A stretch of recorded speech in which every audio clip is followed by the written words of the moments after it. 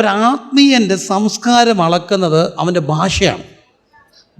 ഈ എടാ പോടാ വാടാ വിളിച്ച ഒരു സംസ്കാരം ഉണ്ടല്ലോ, അതൊന്നും ഒരു ആത്മീയന് ചേർന്നതല്ല. ആത്മീയൻ്റെ ഭാഷ കേട്ടാൽ അറിയാം അവൻ ആത്മീയനാണ്. കരമുയർത്തി ദൈവത്തിൽ നിന്ന് സ്തോത്രം ചെയ്തേ. മാടാ പോടാ സംസ്കാരം അല്ല ആത്മീയൻ്റെ സംസ്കാരം.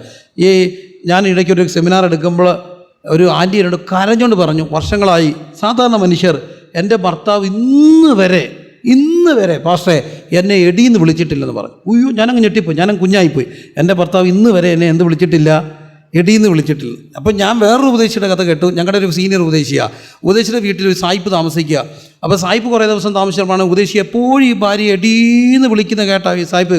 അപ്പോൾ സായിപ്പ് അവസാനം ഈ ഉപദേശിയോട് ചോദിച്ചു, ഉപദേശി pastor, what you are always calling your wife എഡി and what's the meaning of എഡി? അപ്പോൾ അച്ഛൻ സായിപ്പിനോട് പറഞ്ഞത്, you people always call honey and your honey is our എഡി. മനസ്സിലായി? You always call honey and your honey is our എടി. പക്ഷേ ഇവിടെ വിളിച്ചത് എന്താ? മോളെ. കേട്ടോ മോളെ, വേറൊരു വയലിൽ എന്ത് ചെയ്യണ്ട, പോകണ്ട, വറുക്കാൻ ഇവിടം വിടുകയും വേണ്ട, നീ ഇവിടുന്ന് പറയ്ക്കോളാം. എന്നിട്ട് കൊയ്ത്ത് നിലത്തിമേ ദൃഷ്ടി വെച്ചിട്ട് പൊയ്ക്കോളാൻ പറഞ്ഞു. അങ്ങനെ പോയി. എന്നിട്ട് ഒരു വാക്കാണ് 9-ാം വാക്യം, ബാല്യക്കാർ നിന്നെ എന്ത് ചെയ്യാൻ പാടില്ല? തൊടരുത്. ഉറക്കെ പറഞ്ഞേ, ബാല്യക്കാർ നിന്നെ തൊടരുതെന്ന് ഞാൻ എന്ത് ചെയ്തിട്ടുണ്ട്? കൽപ്പിച്ചു. ഇതെന്നെ ഭയങ്കരമായിട്ട്, എൻ്റെ അഭിഷേക്തന്മാർക്കൊരു ദോഷവും, എൻ്റെ അഭിഷേക്തന്മാരെ തൊടരുത്, എൻ്റെ പ്രവാചകന്മാർക്കൊരു ദോഷവും വരുത്. നമ്മൾ ഈ കർത്താവിൻ്റെ വേല ചെയ്യുമ്പം നമ്മുടെ മേലൊരു കൽപ്പനയുണ്ട്, നിന്നെ എന്ത് ചെയ്യാൻ പാടില്ല? നമ്മൾ പലപ്പോഴും രക്ഷപ്പെടുന്നത് നമ്മുടെ മിടുക്കുകൊണ്ടൊന്നും അല്ല. ഈ വണ്ടിയൊക്കെ എനിക്ക് ഭയങ്കര അനുഭവം ഉണ്ടായിരുന്നേ. ഒരു കൽപ്പനയുണ്ട്. ഞാൻ ഈ ഭാഗം ധ്യാനിക്കുമ്പോൾ ഞാൻ എൻ്റെ മോനുമായിട്ട് എൻ്റെ ഒരു കൊച്ചു കാറ്, അന്ന് നാനോ കാർ, ഈ നാനോയുടെ സംഭവമൊക്കെ നിങ്ങൾക്ക് അറിയാം. അപ്പോൾ അതുകൊണ്ട് ഞാൻ റാന്നിയിൽ നിന്ന് കോട്ടയത്ത് പോകുമ്പോൾ ഞാൻ 2 തൊട്ട് ഉറങ്ങിപ്പോയി. അടുത്തിടയ്ക്കല്ല, രാത്രി ഉറക്കളൊക്കെ ഇളയ്ക്കുന്നതുകൊണ്ട് അതുകൊണ്ട് എപ്പോഴും ആരെങ്കിലുമൊക്കെ കൂടെ കാണും. അപ്പോൾ ഞാൻ ഒറ്റയ്ക്ക് പോകാൻ, എനിക്ക് വേറെ ആരും ഇല്ല അന്ന് എൻ്റെ കൂടെ പോകാൻ. അപ്പോൾ എൻ്റെ ഭാര്യയ്ക്ക് ഭയങ്കര പേടി. അവളോട് പറഞ്ഞ്, അച്ഛൻ ഒറ്റയ്ക്ക് പോലെ, അച്ഛൻ ഉറങ്ങിപ്പോയി, രാത്രിക്ക് എന്നെ തിരിച്ചു വരുന്നത്. അപ്പോൾ എനിക്ക് പേടിക്കോളെ ഒരാളെ കാണാൻ പോയാൽ ഒക്കത്തോ. അപ്പോൾ ഞാൻ പറഞ്ഞു, ഞാൻ പോവാം, എനിക്ക് വേറെ ഒന്നുകൊണ്ട് ആവശ്യമുണ്ട്. അപ്പോൾ അവളെൻ്റെ കൊച്ചുമോനെ കൂട്ടിയിട്ട് പറഞ്ഞ്, എൻ്റെ പൊന്നുമക്കളെ കൂടി പെട്ടെന്ന് കുളിപ്പിച്ച് ഒരുങ്ങി അപ്പായുടെ കൂടെ പോക്കോ, മക്കളെ അപ്പ ഉറങ്ങും, മോനെ വർത്തമാനം പറഞ്ഞുകൊണ്ടിരിക്കണമെന്ന് പറഞ്ഞുകൊണ്ട് ഇവനെ കൂടെ എൻ്റെ കൂട്ടത്തിൽ വിട്ടു. അവനാരും മോനെ കയറി ശകലം കഴിഞ്ഞപ്പോഴേ കൊച്ചൻ എന്തോ പിടിച്ചു, ഉറക്കം പിടിച്ച്. അപ്പായി ഉറക്കാതിരിക്കാൻ വന്ന ഞാൻ കുറേ പോയി കോട്ടയത്തൊരു ആ പാമ്പാടിയൊക്കെ കഴിഞ്ഞ് ആ ഭാഗം എത്തിയപ്പോൾ ഒരു ഭയങ്കര, ഞാൻ നല്ല സ്പീഡിൽ പോവുക. എന്തോ പറ്റിയെന്ന് എനിക്കറിയാൻ പോയി. ഇവൻ ഉറങ്ങി എൻ്റെ ദേഹത്തോട്ടങ്ങാണ്ട് പെട്ടെന്ന് വീഴുകയാണ്. ഞാൻ എങ്ങനെയോ അറിയാതെ പെട്ടെന്ന് അങ്ങ് ബ്രേക്ക് അടിച്ചു. എന്തോ പറ്റിപ്പോയതാണ്. ഏതായാലും ബ്രേക്ക് പിടിക്കുകയും പുറകിലൊരു മഹേന്ദ്രയുടെ പിക്കപ്പ് ഉണ്ടല്ലോ, സ്ട്രോങ് ഫുൾ ലോഡുമായിട്ട് സ്പീഡിൽ വന്ന് അവർക്ക് ചവിട്ടിയിട്ട് കിട്ടിയില്ല. അവർ വന്ന് എൻ്റെ വണ്ടിയിൽ ഇടിച്ചം കയറി, നാനോ ഇടിച്ചം കയറി. അപ്പോൾ എനിക്ക് മനസ്സിലായി നാനോ മൊത്തം പോയി. അതിൻ്റെ പൊയിഞ്ചിനെല്ലാം പുറയില്ല, എല്ലാം ഫൈബറല്ലേ. ഏതായാലും ചത്തില്ല. ഞാനത് തീയൊക്കെ പിടിക്കുന്നത്. ഞാൻ പതുക്കെ ബെൽറ്റൊക്കെ വരി. അപ്പോഴത്തേന് മോനെ ഉണർത്തി, ഇവനെ ഇറക്കി പതുക്കെ പുറത്തിറങ്ങി. എല്ലാം ഞാൻ ഇറങ്ങി വന്നപ്പോൾ ഒരു കാഴ്ച കണ്ട് ഈ ഡ്രൈവർ ഇറങ്ങി വന്ന് ചോദിക്കുക, എന്നെ പണിയായി കാണിച്ച്. ഞാൻ ചോദിച്ചു, മോനെ ചവിട്ടിയത് എൻ്റെ കുറ്റമാണ്. അവൻ പറഞ്ഞു, കണ്ടോ നോക്ക്. ഞാൻ നോക്കിയപ്പോൾ താണ്ട ബൊളോറ മകേന്ദ്ര പിക്കപ്പ് മുഴുവൻ ഇടിച്ച് ബമ്പറെല്ലാം അകത്തിരിക്കുന്നു. ഞാൻ നാനോയെ നോക്കിയപ്പോൾ ഒന്നും പറ്റിയിട്ടില്ല. ഫൈബർ ഇടിച്ചിട്ട് ഇരുമ്പിൻ്റെ ബമ്പർ അകത്ത് കയറി. അപ്പോൾ എന്നോട് കർത്താവ് പറഞ്ഞു, ഇതാണ് ആ വാക്യത്തിൻ്റെ അർത്ഥം, നിൻ്റെ മിടുക്കോട്ടൊന്നും അല്ല നീ നിൽക്കുന്നത്, നിന്നെ തുടരുന്നൊരു കൽപ്പന ഞാൻ ഇട്ടിട്ടുണ്ട്. ഇതുകൊണ്ടൊക്കെയാണ് നമ്മൾ രക്ഷപ്പെടുന്നത്. കർത്താവിൽ ആശ്രയിച്ച് പോകുമ്പോൾ രക്ഷപ്പെടുന്നത് നിന്നെ തുടരുന്നൊരു കൽപ്പന കിടപ്പുണ്ട്. അതുകൊണ്ടാണ് നമ്മളെ കർത്താവ് സൂക്ഷിക്കുന്നത്. കരമുയർത്തി ദൈവത്തിനൊന്ന് സ്തോത്രം ചെയ്ത് ദൈവത്തെ സ്തുതിച്ച് നിന്നെ എന്ത് ചെയ്യാൻ പാടില്ല, തൊടാം. ഞാൻ ഇന്ത്യ ദിവസപ്പൻ്റെ ഒരു ശുശ്രൂഷകനാണ്. ഞാനൊരു സംഭവം കേട്ടിട്ടുണ്ട്. ഞങ്ങളുടെ പ്രസിഡൻ്റായിരിക്കുന്ന പാസ്റ്റർ വി. തമ്പിച്ചാൻ ഒരിക്കലും ഒരു യോഗത്തിൽ പറഞ്ഞ, ഞാൻ പ്രസംഗിച്ചപ്പോൾ അതിൻ്റെ പിന്നാലെ പുള്ളി എഴുന്നേറ്റിട്ട് പറഞ്ഞാണ്, ഇദ്ദേഹം പ്രിൻസ് പറഞ്ഞപ്പോൾ ഞാനൊരു സംഭവം ഓർത്തു പോയെന്ന് പറഞ്ഞുകൊണ്ട് പറഞ്ഞൊരു സംഭവം. അദ്ദേഹം വർഷങ്ങൾക്ക് മുമ്പ് ഈ തെക്കനാട്ടിൽ ഞങ്ങൾക്ക് ഒത്തിരി വർക്കുണ്ട്. ഇത് കഴിഞ്ഞ് MC റോഡിൽ കൂടെ അങ്ങ് കോട്ടയത്തിന് പോകുമ്പോൾ ഈ ഇങ്ങനെ പോയി ആ ഭാഗത്ത് എവിടെയാണെന്ന് എനിക്കറിയില്ല. എനിവേ MC റോഡിൽ കൂടെ അങ്ങനെ പോകുമ്പോൾ താൻ ഉറങ്ങിപ്പോയി. അന്നൊരു അംബാസഡർ കാറ് ഉറങ്ങി തന്നെ ഓടിച്ച് പോവുക. ഉറങ്ങിച്ചെന്നൊരു ബസ്സിലോട്ട്, അവിടുന്ന് തെക്കോട്ട് വരുന്നൊരു ബസ്സിലോട്ട് കയറുക. വർഷങ്ങൾക്ക് മുമ്പാണ്. ബസ്സുകാർക്ക് മനസ്സിലായി വണ്ടി ഇടിച്ച് കയറും, ഒന്നും ഓണടിച്ച് പിടിച്ചേക്കോ. പക്ഷേ ഇവിടെ ഉറങ്ങി വന്ന് കയറുകയല്ലേ. അവസാനം ഈ ഡ്രൈവർ ചവിട്ടി നിർത്തി ഓണടിച്ച് പിടിച്ച് തമ്പിച്ചാൻ ചെന്ന് ഈ വണ്ടിക്കകത്തോട്ട് കയറുക. പക്ഷെ അടുക്കാറായപ്പോൾ എങ്ങനെ ഉണർന്ന് ഒറ്റ ബ്രേക്ക് നിരങ്ങി കുലുങ്ങി ചവിട്ടി വണ്ടി പിടിച്ച് നിന്നു. കണ്ണു തുറന്ന് നോക്കുമ്പോൾ തണ്ട് ഇങ്ങനെ അടുത്ത് നിൽക്കുക. അപ്പം കണ്ടു അജാനബാഹുവായൊരു മനുഷ്യൻ, കപ്പട മീശക്കാരൻ വണ്ടിക്കകത്തും ചാടി ഇറങ്ങി വരുന്നു. ഒരു കാര്യം ഉറപ്പായ, ഇവനെ ഇറങ്ങി വരുമ്പോൾ എന്തോ കിട്ടും, ആടി പാഴ്സലല്ലേ, നമ്മുടെ നാട് അങ്ങനെ ഒരു നാടല്ലേ. അപ്പോൾ ഈ അച്ഛൻ പാസ് പെട്ടെന്ന് കൈയും കുപ്പി പറഞ്ഞ്, സാറേ അടിക്കല്ലേ സാറേ, ഉറങ്ങിപ്പോയതാണ്. അപ്പോൾ അയാളെ വിറയ്ക്കും, ആരെ ഡ്രൈവറെ. ആൾ ചോദിച്ചു, നിങ്ങൾ ആരാ? ഞാൻ ഒരു പാസ്റ്ററാ, ഉറങ്ങിപ്പോയി, കൺവെൻഷൻ കഴിഞ്ഞ് വരിക. അപ്പം പറഞ്ഞു, നിങ്ങൾ സാധാരണക്കാരനായ മനുഷ്യനൊന്നും അല്ല. അതെന്നാ, നിങ്ങളുടെ വണ്ടി എൻ്റെ വണ്ടിയുടെ കീഴെ. അയാൾ വിറച്ചുകൊണ്ട് പറയുക, വണ്ടിയുടെ കീഴെ വന്ന് കയറുക, എനിക്കൊന്നും ചെയ്യാനില്ല, ഞാൻ കൊണ്ടടിയിച്ച് പിടിച്ചു, വണ്ടി ചവിട്ടി നിർത്തിയേക്കുക. പക്ഷേ സാറേ, ഞാനൊരു കാഴ്ച കണ്ടു. നിങ്ങളുടെ വണ്ടി എൻ്റെ വണ്ടിയിലോട്ട് വന്ന് ഇടിച്ചിടിച്ചില്ല എന്നായപ്പോൾ ലൈംഗമ്പിയോളം പൊക്കമുള്ള ഒരു മനുഷ്യൻ, ശുഭ്രവസ്ത്രധാരിയായ ഒരു മനുഷ്യൻ, നരച്ച താടി ഇങ്ങനെ നീണ്ടു കിടക്കുന്ന ഒരു മനുഷ്യൻ, പെട്ടെന്ന് ഇതിനിടയ്ക്ക് സ്റ്റോപ്പ് എന്നെഴുതിയൊരു സിഗ്നലുമായി പെട്ടെന്ന് നിൽക്കുന്നത് ഞാൻ എൻ്റെ കണ്ണുകൊണ്ട് കണ്ടു എന്ന് പറഞ്ഞ് അയാളെ വിറച്ച് പറയുമ്പോൾ ഒരു കാര്യം ഉറപ്പാ, നിന്നെ തൊടരുതെന്ന് ഒരു കൽപ്പന കിടപ്പുണ്ട്. നിന്നെ തൊടരുതെന്ന് ഒരു കൽപ്പന. കരമടിച്ച് എല്ലാവരും ദൈവത്തെ ഒന്ന് സ്തുതിച്ചേ.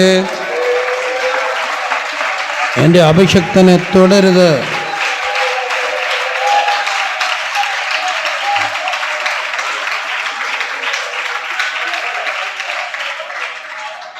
അതുകൊണ്ടാണ് ഇന്ന് അച്ഛനുറങ്ങാത്തൊരു കാലം. മക്കളെയൊക്കെ ഇറക്കി വിടാൻ പാടാ. പെൺകുഞ്ഞുങ്ങളെ മാത്രമല്ല, ആൺകുഞ്ഞുങ്ങളെ. കേൾക്കുന്ന കഥകളെല്ലാം മോശപ്പെട്ട കഥകൾ. പക്ഷേ എങ്ങനെ ഇറക്കി വിടും? വല്ലാത്ത പേടിയുടെ കാലമാണ്. കോട്ടയത്ത് നിങ്ങൾക്കറിയാം, ഒരു പെൺകുട്ടി, ഞാൻ പലപ്പോൾ യൂത്ത് ക്യാമ്പിനൊക്കെ പറയുന്നതാണ്, ഒരു പെൺകുട്ടി ഒരു ക്ലാസ്സിൽ ഇരിക്കുമ്പോൾ ഒരു പയ്യൻ വന്ന് വിളിച്ചു. പക്ഷേ ഇറങ്ങിപ്പോയ ചെല്ലത്തിലെന്ന് പറഞ്ഞപ്പോൾ തന്നെ അവൻ എല്ലാവരുടെ മുമ്പിൽ വെച്ച് അതിൻ്റെ ദേഹത്ത് പെട്രോൾ കോരി ഒഴിച്ചിട്ട് കത്തിച്ച് അവനും കയറി കെട്ടിപ്പിടിച്ചു. ഇത് വലിയ സന്ദേശമാണ് കൊടുത്തത്. നോന്ന് പറയല്ലേ, നോന്ന് പറഞ്ഞാൽ എന്തോ ചെയ്യുമെന്ന്, കത്തിക്കുമെന്ന്. ഏസെന്ന് പറയാനൊക്കെ ഒക്കത്തില്ല. അപ്പോൾ അതിൻ്റെ പിറ്റേ ദിവസം ഞാൻ എൻ്റെ വീട്ടിൽ നിൽക്കുമ്പോൾ നല്ലൊരു കൊച്ചി ഇറങ്ങിപ്പോവാ. അപ്പോൾ അതിനെന്തോ ആരോ അതിനെ ഡിസ്റ്റർബ് ചെയ്യുന്നുണ്ട്. അപ്പോൾ അതിൻ്റെ പപ്പ പറഞ്ഞു കൊടുക്കും, മോനെ ഇനി അങ്ങനെ ആരെങ്കിലും വന്ന് പറഞ്ഞാൽ മോൻ പെട്ടെന്ന് എടുത്ത് പോയി പോടാ, നോന്നൊന്നും പറയണ്ട. പിന്നെന്തോ പറയണം? അപ്പോൾ എന്നെ പറയണം. അപ്പോൾ അപ്പ പറഞ്ഞു കൊടുത്തു, പിന്നെ പറയാമെന്ന്. അപ്പം ഞാനിത് കേട്ടോണ്ടിരിക്കുക. ഞാൻ പറഞ്ഞു, കൊച്ചെ അങ്ങനെയൊന്നും പറയല്ലേ, ആനയെ കൊടുത്താലും ആശയൊന്നും കൊടുക്കരുത്, പിന്നെ പറയാനൊക്കോ ഇല്ല. പിന്നെ എന്താ വഴി? ഒറ്റ വഴിയേ ഉള്ളൂ, കർത്താവിൻ്റെ രക്തം പറഞ്ഞ് പ്രാർത്ഥിച്ച് അങ്ങ് മുദ്രയിട്ടേക്കണം. അപ്പോൾ എന്തോ സംഭവിക്കും? ബാല്യക്കാർ നിന്നെ തൊടരുതെന്ന് ഒരു കൽപ്പന അവിടെ കിടക്കും. ഇത് വലിയ യാഥാർത്ഥ്യമാണ്.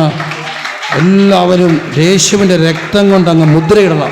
അവിടെ ഒരു കൽപ്പനയുണ്ട്, നിന്നെ തൊടരുതെന്നൊരു കൽപ്പന. അപ്പം നമ്മൾ സ്വാഭാവികമായിട്ട് ചോദിക്കും, അപ്പം പിന്നെ ഇങ്ങനെ സുവിശേഷകർക്ക് അടി കിട്ടുന്നത് അതൊരു ഭാഗ്യമാണെന്ന് ഓർത്താൽ മതി. ക്രിസ്തുവിന് വേണ്ടി അടി കിട്ടിയാൽ അത് ദൈവം അനുവദിച്ച് കിട്ടുന്നൊരു ഭാഗ്യമാണ്. അത് ഓർത്തും ദൈവത്തിന് സ്തോത്രം ചെയ്യുക. എന്നാലും നിന്നെ തൊടരുതെന്ന് എന്ത് കിടപ്പുണ്ട്?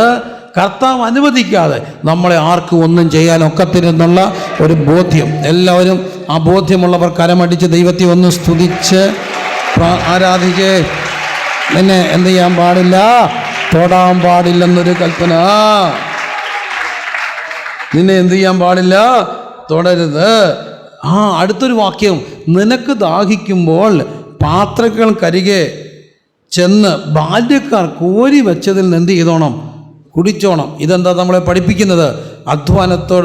അധ്വാനം കൊണ്ട് സമ്പത്തിനോടൊന്നും എന്ത് ചെയ്യുന്നില്ല, കൂട്ടുന്നില്ലെന്ന് വാക്യമില്ലേ? വല്ലാതെ അധ്വാനിക്കുന്നു, ഒന്നും കിട്ടുന്നില്ല എന്ന ഒരു കാര്യം.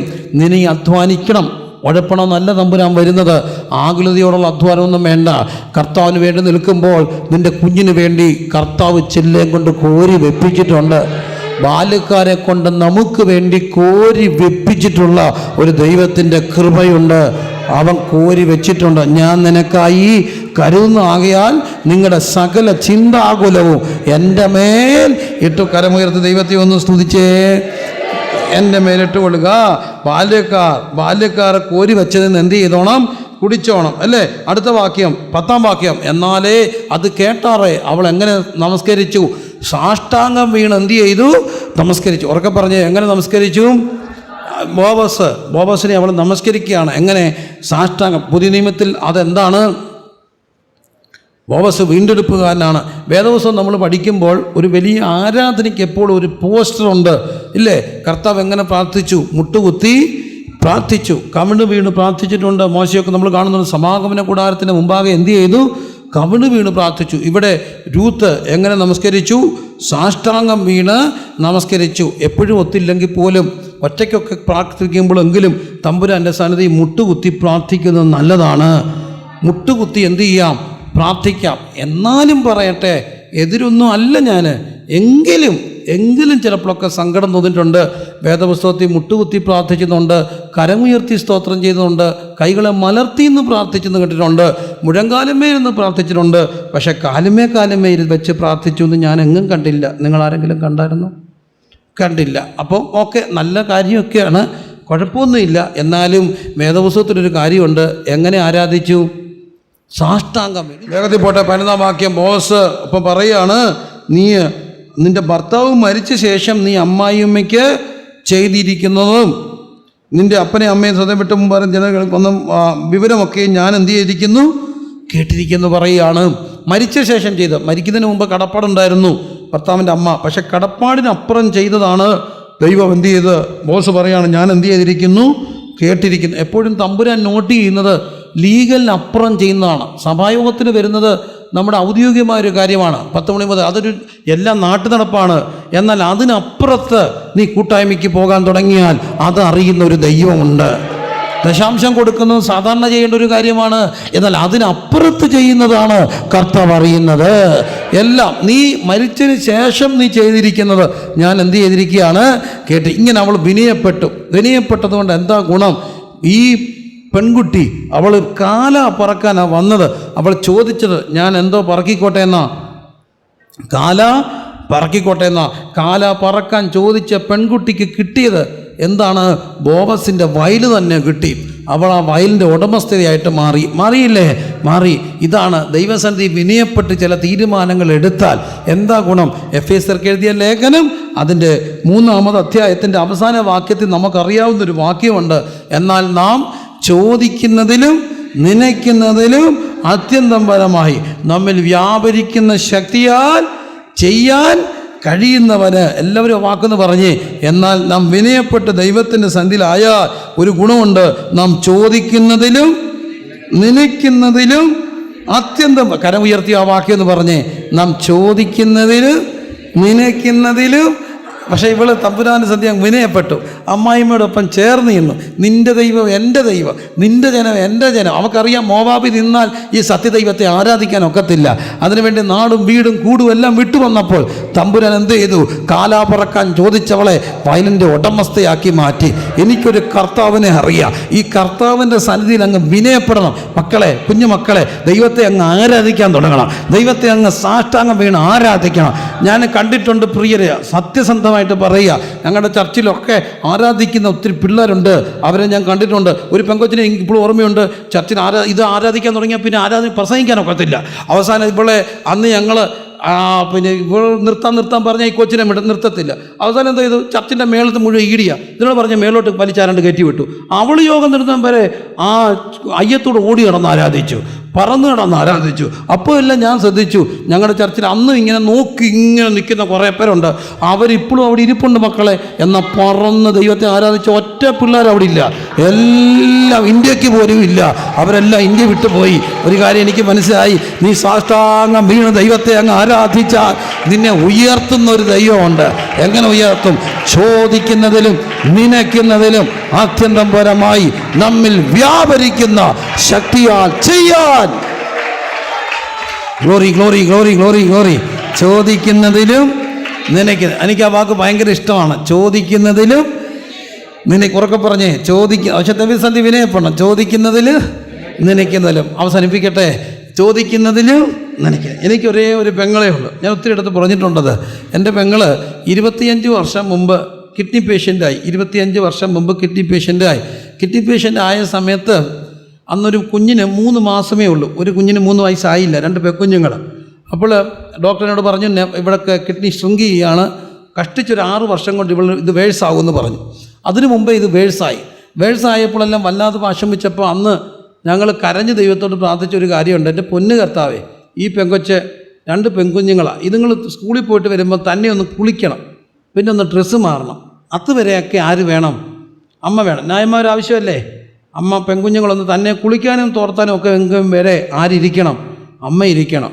അങ്ങനെ പ്രാർത്ഥിച്ചു. പക്ഷെ ദൈവത്തിൻ്റെ കൃപ കൊണ്ട് ആ പ്രായം കഴിഞ്ഞപ്പം അമ്മയ്ക്കും പിന്നെയൊക്കെ ഇരുന്നു. അപ്പം ഞങ്ങൾ പ്രാർത്ഥിച്ച്, കർത്താവേ, ചോദിക്കുന്നത് തെറ്റാണെന്നറിയാം, എങ്കിലും നീ നല്ല ദൈവമല്ലേ, 10ാം ക്ലാസ് ഒന്ന് കഴിഞ്ഞോട്ട് കർത്താവേ, അതുവരെ ഈ അമ്മ ഇരിക്കട്ടെ. 10 കഴിഞ്ഞ് അപ്പം കൊച്ച് കോളേജിൽ പോയി. കോളേജിൽ പോയപ്പോൾ പ്രാർത്ഥിച്ച് കർത്താവേ മുറ്റത്തൊന്ന് പ്രീ ഡിഗ്രി കഴിഞ്ഞോട്ടെ, പ്ലസ് ടു കഴിഞ്ഞു, അപ്പം പ്രാർത്ഥിച്ചു ഡിഗ്രി ഒന്ന് കഴിഞ്ഞോട്ട് കർത്താവേ, ഡിഗ്രി കഴിഞ്ഞു, അപ്പം പ്രാർത്ഥിച്ച് കർത്താവേ മൂത്തത് PG ചെയ്യുക, PG ഒന്ന് കഴിഞ്ഞോട്ട് കർത്താവേ, MCOM MBA എടുത്തു, അപ്പോഴും അമ്മ ഇരിപ്പുണ്ട്. വല്ലാതെ ഇടയ്ക്ക് ക്ഷീണിക്കും, ഈ സെമി വെന്റിലേറ്ററൊക്കെ പലവട്ടം പോയി മരിച്ചു, ആംബുലൻസൊക്കെ എടുത്തിട്ടുണ്ട്, ഓടിയിട്ടുണ്ട്. ആംബുലൻസെ കൊണ്ടുപോകുമ്പം ഞാൻ ഡ്രൈവറെ മാറ്റി ഞാൻ ഓടിച്ചിട്ടുണ്ട്, കാരണം സ്പീഡ് പോരാൻ തോന്നിയിട്ട് ചത്തുപോകുന്നു, എങ്ങനെയെങ്കിലും കൊണ്ട് എത്തിക്കണ്ടേ. അപ്പം ദൈവത്തിൽ MBA കഴിഞ്ഞിട്ടും കൊച്ചിരിക്കും അമ്മ ഇരിപ്പുണ്ട്. അപ്പോൾ എന്നോട് എല്ലാവരും പറഞ്ഞിട്ടാ ഈ കൊച്ചിൻ്റെ ഒരു കല്യാണം കണ്ടിട്ട് അവൾ പോകാനിരിക്കുകയായിരിക്കും, നീ പെട്ടെന്ന് കെട്ടിക്കടാ. അതിന് ഞങ്ങൾ പെട്ടെന്ന് കല്യാണം ആലോചിച്ച്. അപ്പോൾ എല്ലാവരും പറയും, അവൾ ചോദിച്ചാൽ 23 വയസ്സ് 24 എന്നെ എന്തിനാ ഞങ്ങളെ ഇപ്പം കെട്ടിക്കുന്നത്, ഇടി കെട്ടിക്കണ്ട, അമ്മയെ കാണണ്ടേ, കെട്ടിച്ചു. അതിന് ഞാൻ കെട്ടിച്ചപ്പോൾ ഞാൻ സാധാരണ പെണ്ണിനെ കെട്ടിച്ചെടുത്തല്ലേ കല്യാണം നടക്കണ്ടേ. ഞാൻ എൻ്റെ നാട്ടിൽ വെച്ച് കല്യാണം നടത്തി, അവിടെ വീട്ടിൽ വെച്ച്. എന്തിനാന്ന് ചോദിച്ചാൽ ഇന്നലെ എനിക്ക് എൻ്റെ സഭാക്കാരെ എല്ലാം അവരെ പ്രാർത്ഥിക്കുന്നേ, അവരെല്ലാം വിളിച്ചു. വിളി വന്നപ്പോൾ 3500 പേരുടെ വിളി വന്നു. അഹങ്കാരം കൊണ്ടൊന്നുമല്ല, ചാകാൻ പോവല്ലേ, അവൾ കണ്ടോട്ട്. എല്ലാവരെയും വിളിച്ചു, 2000 ട്രാക്റ്റ് അടിച്ചു, ബാനറെല്ലാം വലിച്ചു കെട്ടി, വാക്യങ്ങളെല്ലാം വെച്ച് കല്യാണം നടത്തി. കല്യാണം കഴിഞ്ഞാൽ ഉടനെ ഇവൾ ചാകും, ചത്തില്ല. അപ്പോൾ എല്ലാവരും പറഞ്ഞു കൊച്ചിനെ കാണാതിരിക്കുകയായിരിക്കും. അപ്പോൾ ഞാൻ ഈ പിള്ളേരോട് പറഞ്ഞു, ഇപ്പോഴത്തെ പിള്ളേരൊക്കെ താമസിക്കും, പിന്നെ മതി എന്നൊക്കെ പറയും. അങ്ങനെയൊന്നും പറയല്ലേ മക്കളെ, അമ്മ കൊച്ചിനെ കണ്ടിട്ട് പൊക്കോട്ടെ. കൊച്ചിനെ കണ്ടു, കൊച്ചിനെ കുളിപ്പിച്ചു. അതിനിപ്പോൾ 2.5 വയസ്സായി. മിനിഞ്ഞാന്ന് ഞാൻ ഓർത്ത് ചത്തുപോയെന്ന്. പക്ഷെ ഇന്നലെ പിന്നെയും എഴുന്നേറ്റ് വന്നു. ഇപ്പം എനിക്കൊരു കർത്താവിനെ അറിയാം. ഞങ്ങൾ ചോദിച്ചത് പിള്ളേരൊന്ന് കുളിച്ചോട്ടെന്നാ. പക്ഷെ കൊച്ചുമക്കളെ കണ്ടിട്ടും കർത്താവ് ഇരുത്തി. എനിക്കൊരു കർത്താവിനെ അറിയാം, ചോദിക്കുന്നതിലും നനയ്ക്കുന്നതിലും ചോദിക്കുന്നതിലും നനയ്ക്കുന്നതിലും അത്യന്തം പരമായി നമ്മിൽ വ്യാപരിക്കുന്ന ശക്തിയാൽ ചെയ്യാൻ കഴിയും. ഈ കർത്താവിനെ അങ്ങ് ആരാധിക്കണം, ഈ കർത്താവിൻ്റെ മുമ്പിൽ അങ്ങ് വിനയപ്പെടണം.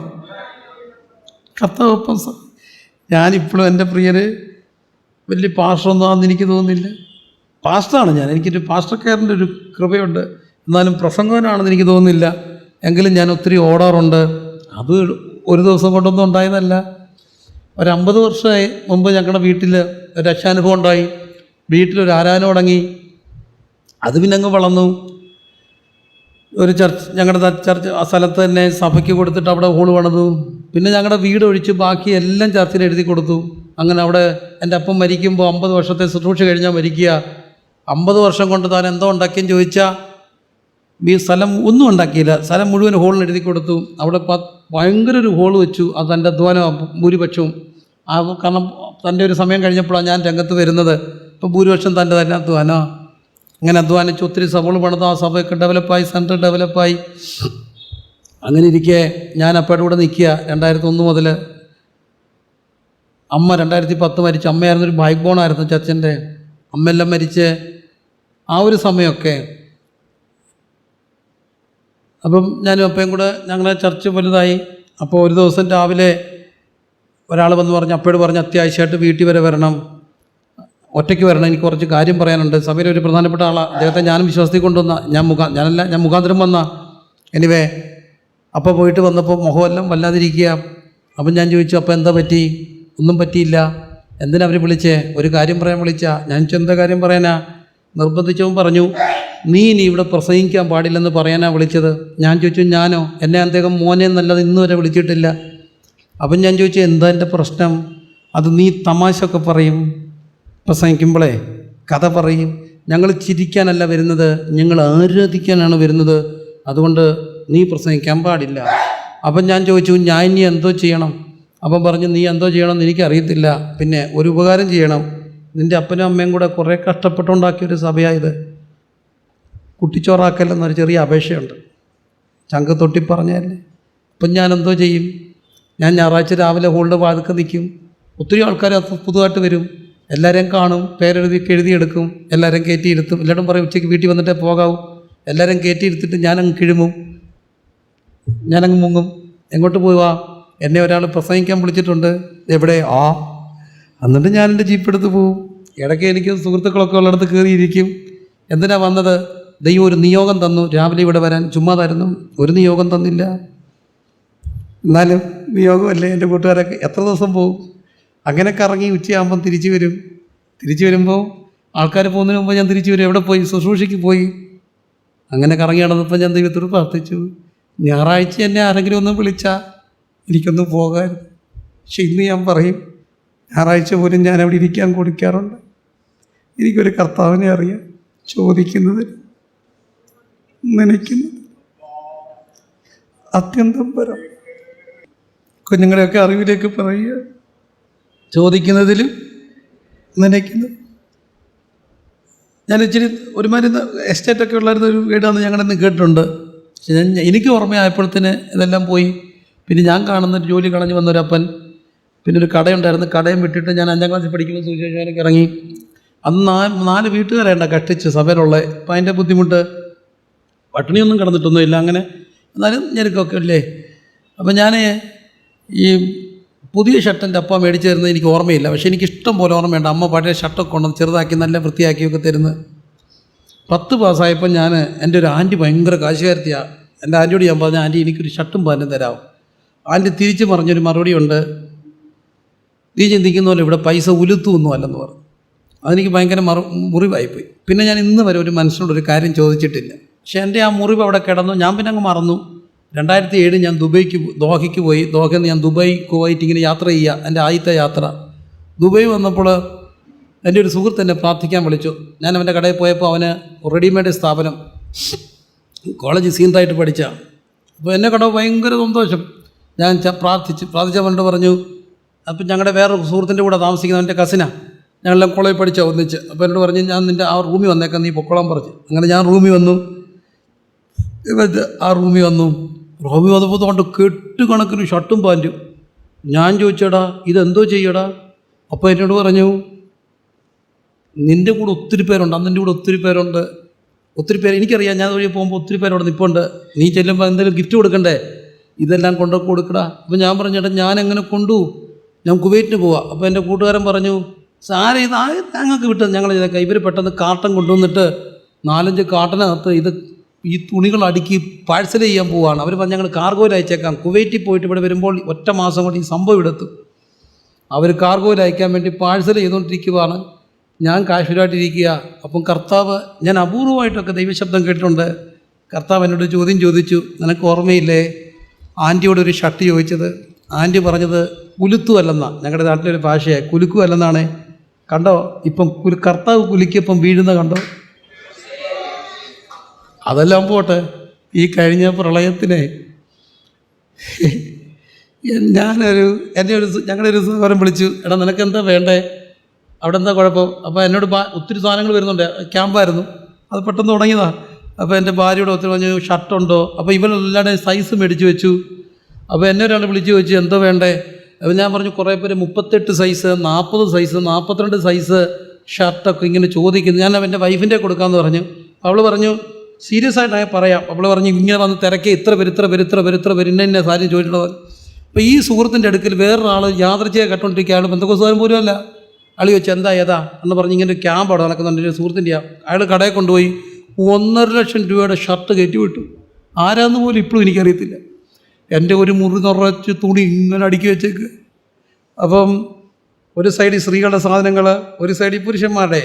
അപ്പം പുറത്തോട്ട് നിന്ന് വിളിക്കാം 40 സൈസുകാർ കയറി വരട്ടെ, 42 അങ്ങോട്ട് പോകട്ടെ, 43 ഇങ്ങോട്ട് പോകട്ടെ, ബെഡ്ഷീറ്റ് അങ്ങോട്ട് പോകട്ടെ. എന്താ വാരെന്നറിയാമോ? അങ്ങ് തുണിക്കടയായിരുന്നു.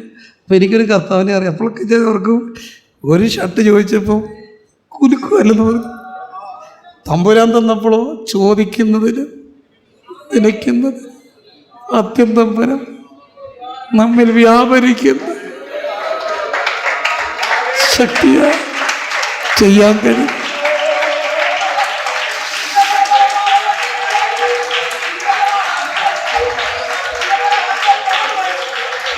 എല്ലാവരും പ്രാർത്ഥിച്ച് ചോദിക്കുന്നതിലും നനയ്ക്കുന്നതിലും അത്യന്തം പരം എല്ലാ കണ്ണുകളും അടച്ച് പ്രാർത്ഥിച്ചു.